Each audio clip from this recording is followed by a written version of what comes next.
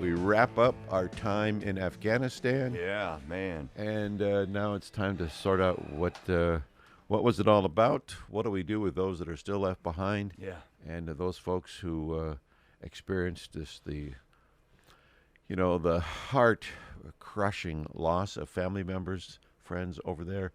They have to sort of go back over it all in their minds and determine, what was it for, and how they're going to process that moving forward, given the way we got out. 2,461 U.S. service members and civilians killed.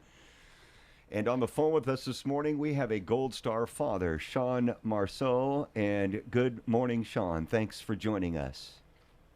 Hey, good morning, David and Lance. Good morning, sir. Your son. We want you to talk about your son. We want your thoughts about what's happened in Afghanistan. Your son, Lance Corporal Joe Jackson, killed Easter Sunday of 2011 in Afghanistan. Just a horrible day, and I suppose it hasn't probably got much easier. Shawn, talk to us about your son. Talk to us about what he went through, and we want to talk to you about Afghanistan, but tell us about your son, first of all. I'll tell you what, September 11th, he woke up pretty scared, and 20 years ago. And I think it was a little bit after that we started talking about how he wanted to join the Marine Corps. He wanted to go infantry. I served in the infantry also in the Marine Corps. And so he ended up joining the Marine Corps right after he graduated high school. He was finished boot camp, then he went to Camp Pendleton, and he was in recon. And he dropped on request to go to the 1st Battalion, 5th Marines, and he came home for a pre-deployment leave.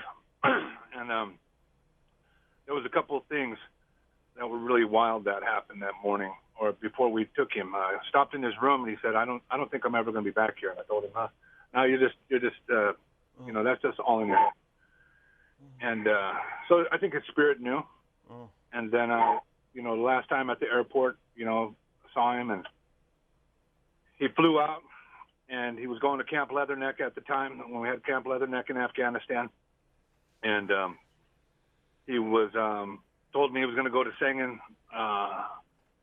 Afghanistan, in the Helmand province in the Wishtan district. And there was a little outpost there by the 3rd Battalion, 5th Marines. They were going to relieve them. The Brits had been holding that before. And they called it the meat grinder, lovingly in the Marine Corps. Sure. And he snuck a phone call real quick. He said, "I can't talk to you real quick. I just want to say, hey, we're heading into Sangin this week." And I said, "Okay." I said, "Just follow your NCOs. People in country, do what you got to do. Don't do anything stupid." And he's like, "I got it, Pops." He used to always call me Pops. And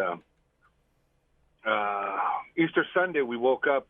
The night before, we kind of were thinking about Joe. And Easter Sunday, we just put the Easter egg basket out in front of his sister's bed. And give me a second. It still gets hard on that part. But put it down there, and went downstairs, and there was Marines at our door. And they told me, they said he was killed. We didn't even know he was actually made it there yet. He was facing the enemy when he was killed. They were on their first official patrol out. He was facing the enemy. They opened up on that minesweeper. He turns to engage him, kept everybody's intervals, and then they ignited an IED under him. Oh, my God. And his body survived for about 20 minutes. But he was surrounded by guys that loved him. He was doing what he wanted to do. He was where he wanted to be. It was worth it to him, so, it was worth it to me. And so I, in light of us pulling out of Afghanistan, a lot of emotion comes up with Gold Star families and veterans. I mean, we talk about Vietnam veterans, coming out of Sing, and we forget about people that were in Somalia Yeah. when they pulled the Marines out of there, and then the Rangers got taken, and they wouldn't let us go back. And it was top-tier leadership at the time. And same with this one, pulling out, and there was with needless death, needless Gold Star families that they shouldn't be Gold Star families. There should have been a better ways of where they couldn't have. We didn't have to lose 13 on our way out. Then I talk about we'd been out here for 20 years. Osama bin Laden was killed on May 2nd, 2011. Joe was killed Easter Sunday, April 24th. So about a week or so after Joe was killed, bin Laden was killed. So when Joe was over there, he was still in the fight. He was still facing the enemy, and they were still looking for Osama bin Laden. In his own little world, that small unit that was in that outpost, Fob Jamil, they were actually going after Osama bin Laden. They had purpose. They were fighting Al Qaeda. Still within the parameters of the mission, right? Oh, yeah. I mean, we hadn't. Yeah, exactly. We still had the mission. We were still going to make right what happened on September 11th. Right. Now, after that happened, it just turned into, a long war. And, it could be argued that we could have pulled out, 8 years ago after we got bin Laden, 2 years after, take 2 years and get out. But it just drug. And I'm not, it's above my pay grade, but I believe that, our top-tier leadership had something to do with it, and and I'm not going to blame just the president. I'm going to blame everybody in the cabinets of the presidents and the entire Congress, both left and right, because what we forget is these are lifetime people that get to stay in there, and they get to make choices for Middle America. When my son's flag was stolen, the guys that signed that flag were from all walks of life. They were from Middle America. They were from the reservation. They were from the inner city. They were from Compton. They were black, white, Asian, Native American, Hispanic. They had all different religions, all different political views, but they had one purpose. We were going to make right what happened that day. And all in all, they did. When they were out there in that fight, they did. That's right. They did. All them people that signed that flag, 3 of them are dead. 8 of them are amputees. And every one of them was injured. There was one guy there that signed that flag that nothing happened to him. But the guilt he lives with today is almost as worse as taking an IED. I totally believe that. We hear stories about people that have committed suicide, and I can't help but think some of them are just in despair that they weren't there to do all that they could do to help other people either get out or survive a fight or whatever it is. Shawn, let me ask you this: in terms of our as a Marine yourself, and as someone who's been experienced with, chains of command and the political maneuvering of higher officers, could you see that some of our time there was spent building careers rather than trying to do the right thing by maybe getting us out earlier? Oh, for sure. I believe it's the top brass getting more brass. I believe that's a lot of that has to do with that. At the end of the day, and I'm going to speak as a Marine myself and as a Marine that served in the infantry unit. I was a pawn. Right. I was a pawn for people in the big game of chess in life, in the world. And people would do stuff that would jeopardize us just for their glory. I believe that terms, I know in the Marine Corps, a base commander can only stay there for, I believe 3 years, and then have to switch out because you don't want to get stuck in their same train of thought.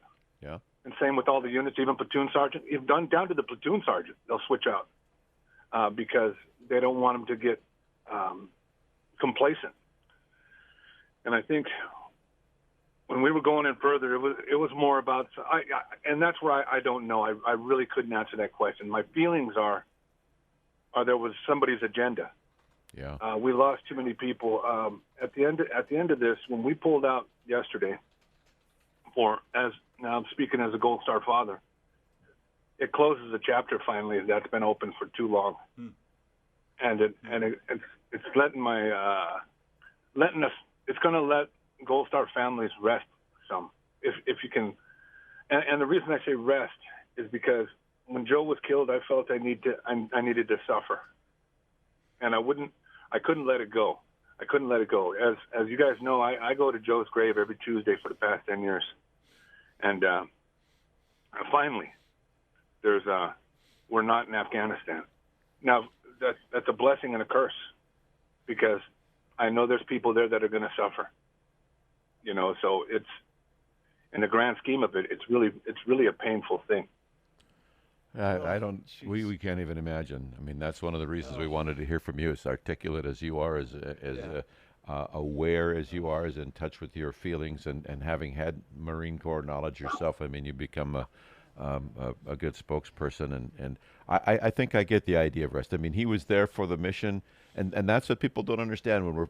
For a lot of folks, when they're feeling really bad about our losses, and we should, but the people that were there, like your son, that they were doing this for the rest of us, for America, and they wanted to be there. They wanted to do whatever it was going to take to make right that which was wrong. And so many people in the world don't have that stripe running through them, and it's a damn sad thing. But your son did, and that's an amazing thing.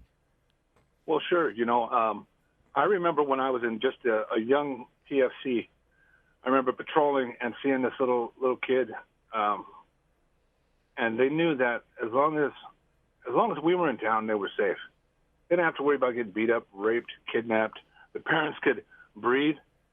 They could actually they knew that Big Brother was in town, and as long as we were in some other country flexing, those other countries knew that we can't mess with America. This is the world's greatest fighting force ever. Back to you face us head to head. It's no match. That's right. There's no way to win a guerrilla war. Somebody invades the United States, they're not going to take the United States.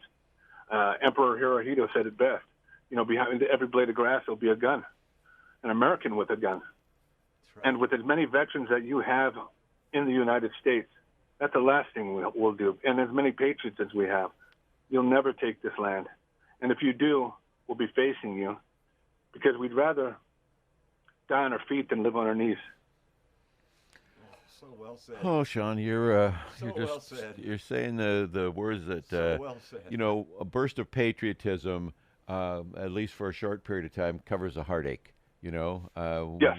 And so we got to have that, and you help present that. And our thoughts are with you and your family, and we didn't do right by how we came out. I think we were right in being there and what our mission was, and everybody who had a hand in that is an American hero.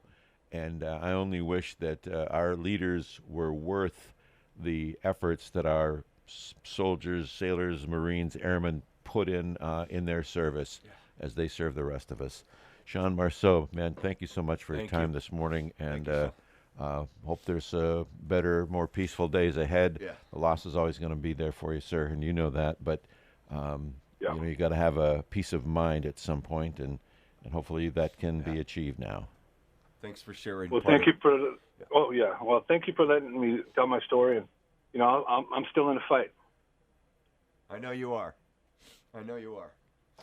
Shawn Marceau, thank you, sir. Thanks, Shawn. Appreciate it. Hey, Semper Fi.